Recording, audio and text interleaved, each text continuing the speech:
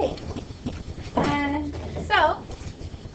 Let's go ahead and begin by discussing some of the things that happened before the French and Indian War that helped to lead the American identity.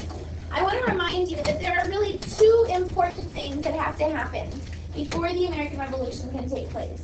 The first thing is that we have to develop a unique American identity, right? We have to see ourselves as different from the British, because no matter how angry we are with the British, if we still perceive ourselves as one of them, if we still perceive ourselves as being British Americans and we want to be part of the British government, then we're not going to declare independence. We're going to maybe fight for changes in the system, but we're not going to declare independence. So step one is going to be an American identity. And then step two has to be unity, right? Because none of the colonies individually is going to be able to defeat Great Britain. So the second thing that we're looking for is ways for the colonies to develop unity, to come together and see themselves as one nation opposed to Great Britain, as opposed to simply like individual regions with diverse needs and interests. So we'll start by looking at the Enlightenment. You all remember the Enlightenment. What was different about the way the Enlightenment was perceived here in the United States, or what would be the United States, versus in Europe?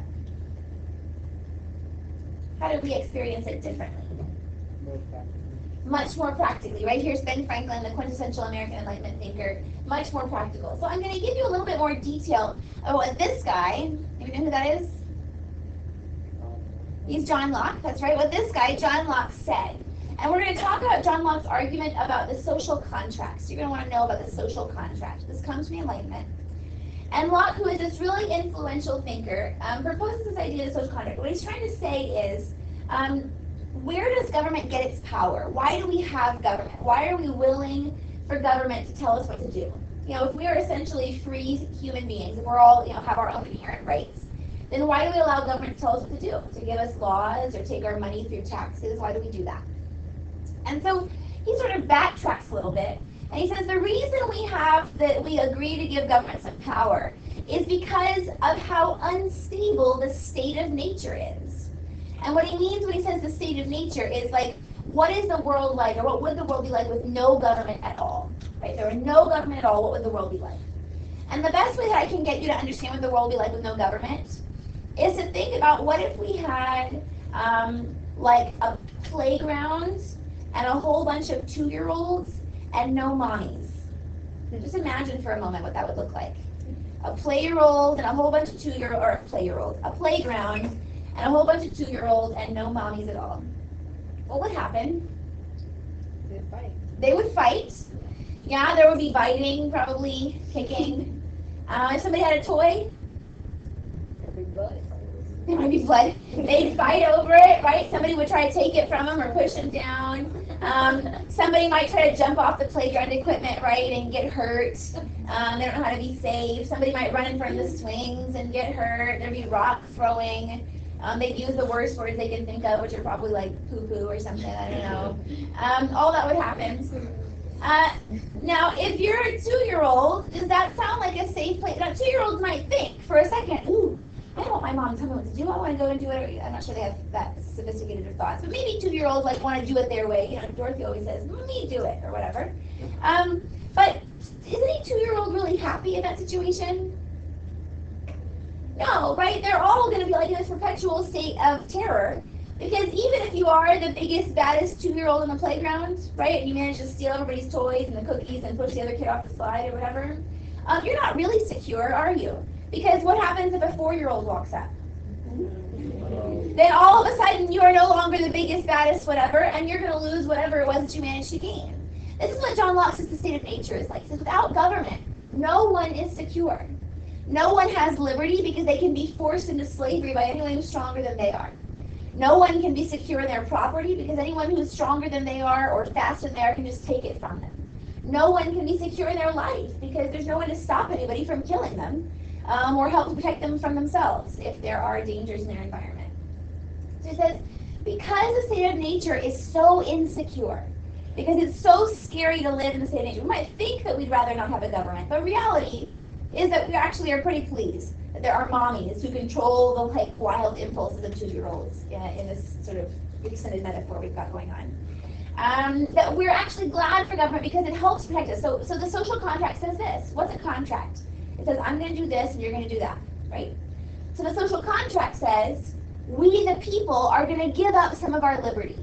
We're going to allow the government to tell us what to do. We're going to give up some of our property. We're going to allow the government to tax us and take some of our money. We're going to even give up our life if the government decides that, like, we need to face the death penalty for something. We're going to be willing to give up our rights in exchange for what? Why do the 2-year-olds really want their mommies around? Protection and security, right? But I want you to be careful with the way you write that. It's not just protection in general. It's not like we're afraid of the big bad wolf who's going to come and eat us all up. It's for security in the rest of our rights, right? I'll give a little bit of freedom to my government so that I can be secure in the rest of my freedom, right? Like, I'm pretty free, even though we have a government. I can do mostly what I want. I can, like, earn property and feel confident no one's going to take it away from me. And if they do, the government will send the police to come and try to help me get my property back. So the social contract, according to John Locke, is we give up some of our rights so that the government will protect the rest of our rights. So that we can have any rights secure, we have to give up some of them so that government will exist. So yes, it is about security, but it's not about, like, just so nobody will invade us.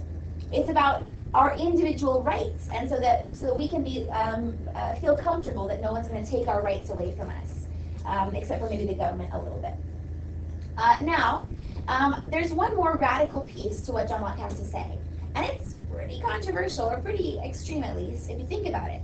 Because what John Locke says is this. He says, look, if the reason we create governments is so that they can protect our rights, then what happens if the government is no longer protecting our rights?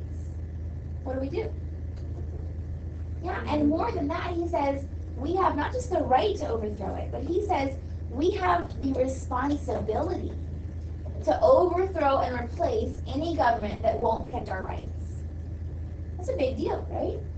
That if ever we decide that the government won't protect our rights, that we have the responsibility to stand up to it, to rebel, to overthrow it, and create a new government. And that's pretty revolutionary. But remember, he's an English philosopher, but nobody in England is thinking like, oh, well, let's overthrow the king because he's not giving us all of our rights. That's not the way that they sort of perceive that. But in America, this seems very salient to us, right? If our rights are being abused, then maybe we need to get rid of the government we've got and create a new one that will do a better job. So this is John Locke and the social contract, and the beginnings of the idea of why Americans might want to rebel. Okay, so then we've got the Great Awakening. And you remember the Great Awakening. Is there a Great Awakening in Europe? No, this is a uniquely American phenomenon. So we remember, what are those 2 preconditions we need before revolution can occur? We need to develop an identity, and then we need to unify. Well, the Great Awakening is one big step towards developing an American identity. Another thing important about the Great Awakening for the revolution, we talked about this before, is that the Great Awakening insists that we don't need an ordained minister or like an organized church to tell us what to do in order to achieve salvation, right? We don't need somebody else to be in charge of our souls or in charge of our ability to get to heaven. That we need to think for ourselves. So this idea of individualism and like sort of defiance of old established authority is also going to be kind of helpful in terms of building a revolution, right? We need to begin to take those steps sort of take to questioning authority. Okay, so there's the French and Indian War, right? And we've talked a lot about the impacts of the French and Indian War. Probably the biggest one is that it's going to both create some sort of like patriotism in the American colonists, but at the same time, it will begin to show the differences between the colonies and the British. So this is more of this creating a an American identity separate from that of the British. So let's talk about some of that. First of all, we know that shortly after the French and Indian War, Pontiac's Rebellion breaks out. What is that? What's Pontiac's Rebellion?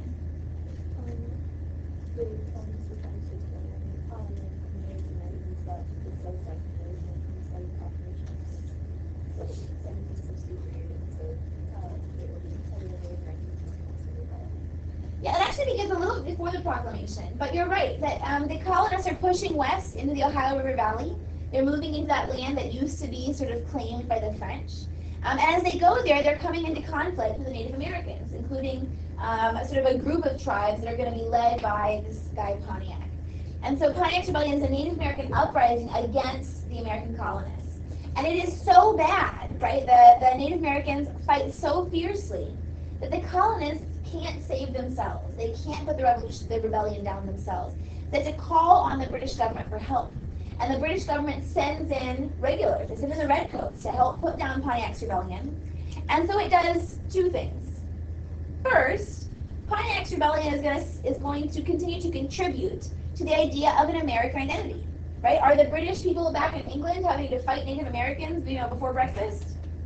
No. So this is a uniquely, any conflict with Native Americans is going to serve to differentiate the American colonists from their British counterpart, from the British in England. But the other thing that it does is really cement in the British minds how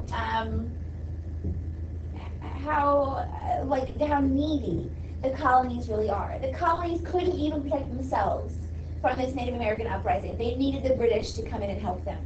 And oh, by the way, although lots of colonists fought against the Native Americans in Pontiac's Rebellion, and lots of colonists fought within the British Army during the French and Indian War, how did the colonists shape up the soldiers in the British Army? Are they good soldiers? No, they're terrible, right? These are backwoodsmen, they don't want to listen to me, tell me what to do, they're not good at keeping military discipline, they're not good at following orders.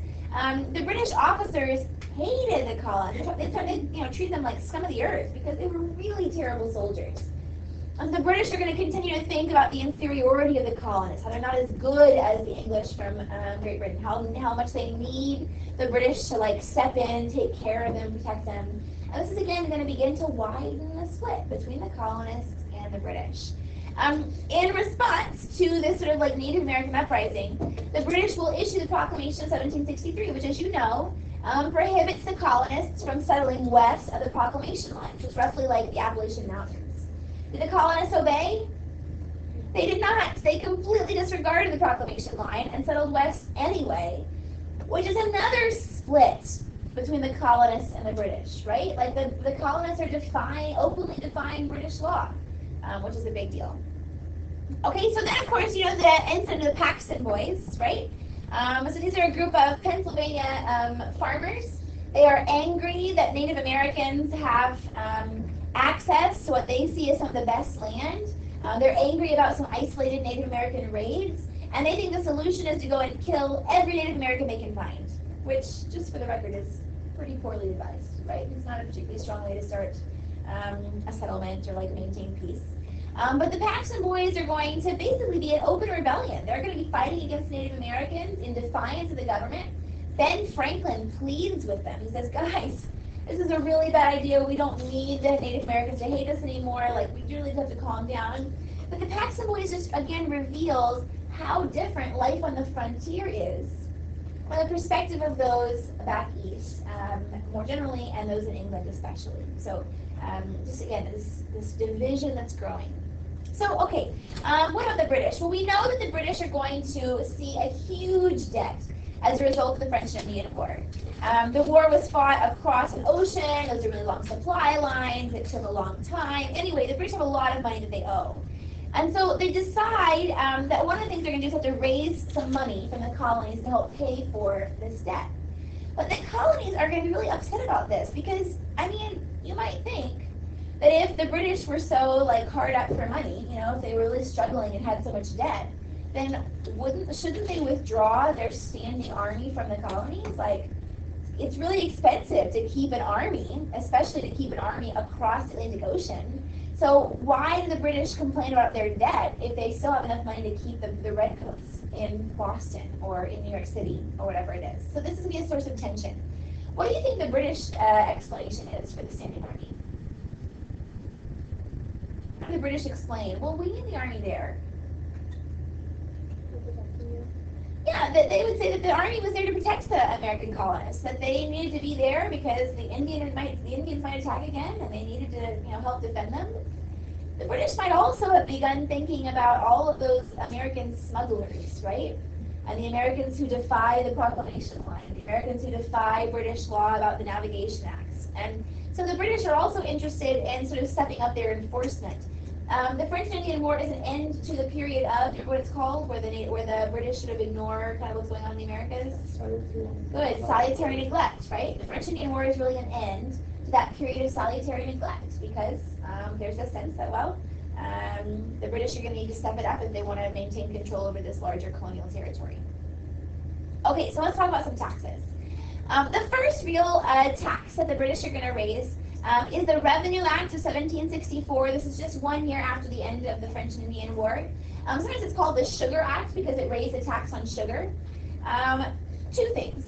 The first of which is that this is important because it shows that the British have shifted their policy from taxing in order to regulate, right? We know that governments tax to regulate things, right? Like if we don't want businesses to, or if we want businesses to hire more like local workers instead of like people with visas, we might raise a tax on employers who hire foreign workers. Or if we want more American businesses to produce T-shirts, so we might raise the tax on foreign imported T-shirts so that they look more expensive. You understand how taxes can regulate? Nod your head. Yeah, so taxes have always been used as a regulatory function, which is something that everyone sort of agreed governments could do. But the Sugar Act is one of the first times we've really seen the British say, you know what, we're not trying to regulate sugar. We don't want to like reduce your consumption of sugar. We're taxing sugar purely to make money from you, purely to gain revenue. And that was a really kind of a big problem for the colonists. They felt like that was an unjust use of taxation power. The taxes were a tool of government to regulate, not to raise money just because.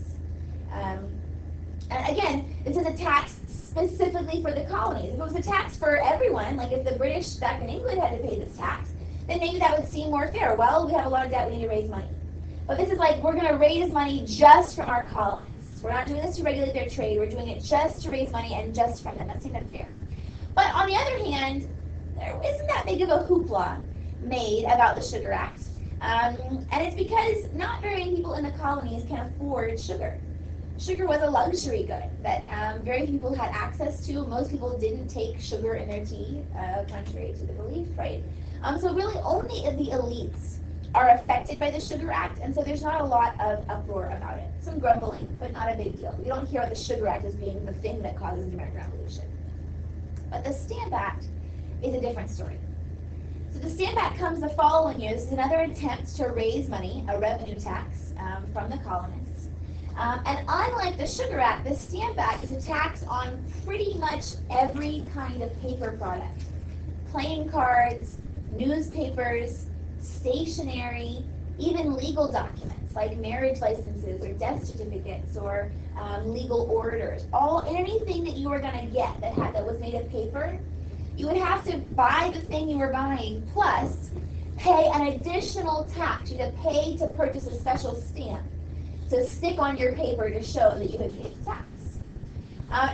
The colonists were upset because it was a direct tax. And Mr. Pratt helped me to get some more understanding, so I'm going to give you an imperfect example here. A direct tax, Mr. Pratt helped me to understand, is officially a tax that you pay individually on something you have to have. So he gave me the example that if we're taxing your labor, like if you have to pay a tax for how many hours you work or something like that, that would be a direct tax. But I'm going to give you an imperfect example to help you understand why the colonists were so upset. Prior to the Stamp Act, the British taxed lots of things, but they taxed the people who were importing them, not the people who were buying them in a store. So if I was a colonial merchant and I was buying a whole shipment of stationery from Great Britain, I have to pay a tax at the harbor on this shipment that I'm bringing into the colonies and sell in my shop. Now, what am I going to do with the value of that tax? Nothing. Am I just going to eat the cost myself? No. I'm going to pass it on to my customers. I'm going to raise the prices of my stationery that I sell to you by a few cents each, or pence each, whatever, so that you are going to help make up the value of the tax. But do you get mad at the British government for that tax? No, because to you it doesn't feel like a tax. It feels like a price, right? This feels a little bit differently. To give you a better example, or a similar, like a moderate example, which Mr. Pratt helped me understand is not perfect. To give you an example, think about this sales tax, right? So this, as he explained to me, is not a direct tax because you don't have to buy stuff that has sales tax on it. You're not forced to buy a T-shirt or whatever. But anyway, if you go into the store and you see a T-shirt on sale for $5 and you've got a $5 bill in your pocket, And you're like, woohoo, I can buy this t-shirt, you know? And you take it to the checkout line, and all of a sudden you realize, can you buy a t-shirt if you only have a $5 bill? You cannot, because they're going to charge you 8% sales tax, right? And all of a sudden, who are you mad at? Walmart? No, you're mad at the government, right? Because the government is the one that charges that 8% sales tax, and it feels different, right? In the same way, the colonists, they had always been sort of paying taxes because they were paying for taxes through the price of their products. The people who were selling them to them had charged them a little bit extra to pay for the tax. But the Stamp Act is different because no longer is it just part included in the price. Now I have to buy whatever I'm buying, plus I have to buy that stamp to pay a tax. It just feels different. It's hard to sort of explain, but it just feels like the British government is being more pragmatic. So they're really angry about it. So angry, in fact, that the colonists worked to unify. When you write down the words Stamp Act Congress, I want you to write down first successful attempt at unity. First successful attempt at unity. Unlike the Albany Plan of Union, the Stamp Act Congress worked. The colonists were so angry about the stamp tax that they called a meeting of all the different colonies together. And most of the colonies sent delegates. Not every single one of them. Some of them didn't get the message. Some of them were too busy. But most colonies sent delegates. They met together. They agreed. They took votes, and they all voted together. They voted to send an angry letter to King George about how mean Parliament was. They voted to declare a boycott, where they were not going to buy any of the paper products that were subject to the tax. They actually worked together and agreed on something. So for the very first time, the colonists are going to unite. It's not perfect, right? Not every colony attends. Even though they agree on these things, they're not going to implement them as well in some states or some colonies as compared to others. But they came together, they worked together, they agreed. It's a big deal. But some people took it a little bit further. So the Sons of Liberty are going to form primarily in Massachusetts, so in Boston and the surrounding areas. The Sons of Liberty are made up of mostly middle-class craftsmen, right? So not the super elites who are going to be, best friends with the British. Not the super poor. They're not going to have time. They're too busy trying to survive to worry about politics. But these middle-class merchants and craftsmen and artisans and so on, they're going to sort of form this secret society, and their goal is to work against the British government in the implementation of this tax. So they're going to do things like enforce the boycott. Technically, a boycott is supposed to be like a voluntary, people just choose not to buy stuff, right? You know how boycotts work? But oftentimes, if you wanted to go into a shop that was selling, playing cards and stationery and paper goods, you might find a pair of Sons of Liberty outside the front of the shop with their guns in hand, saying, I don't think you want to go in there, you better turn around. Or we're going to come to your place tonight and destroy your house or something. Or post your name in the newspaper saying that you're not a good American or whatever. So they did some of that.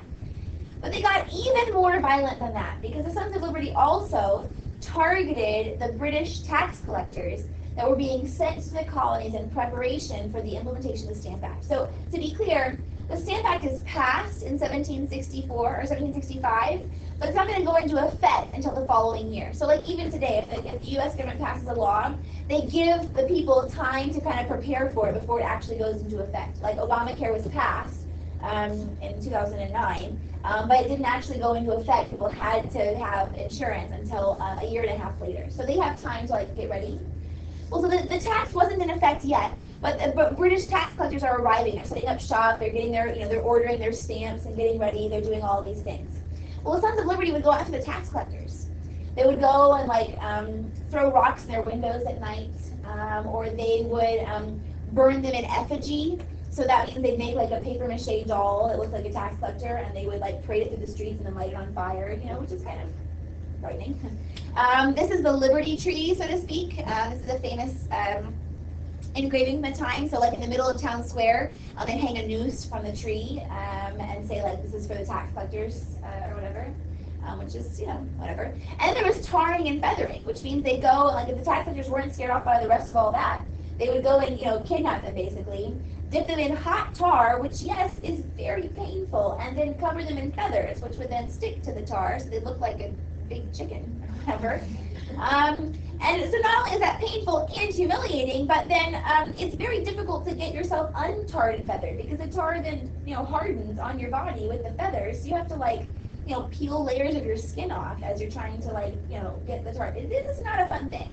As it turns out, when it comes time for the stamp tax to be ready to be implemented, there are no stamp collectors in the colonies to collect them. So the British had to figure out what to do about this. And so what they do is they issue the Declaratory Act. The Declaratory Act comes out in 1766, and the first thing it does is repeal the Stamp Act. Okay, so the Stamp Act never goes into effect; it is repealed. Woo! The colonies win. But the reason it's called the Declaratory Act is because they're declaring something, and here's the declaring. In the Declaratory Act, the British government made sure to say that regardless of the fact that we, the British, have chosen to repeal the Stamp Act because we want to, not because you did anything special, we just want to. Here's a key.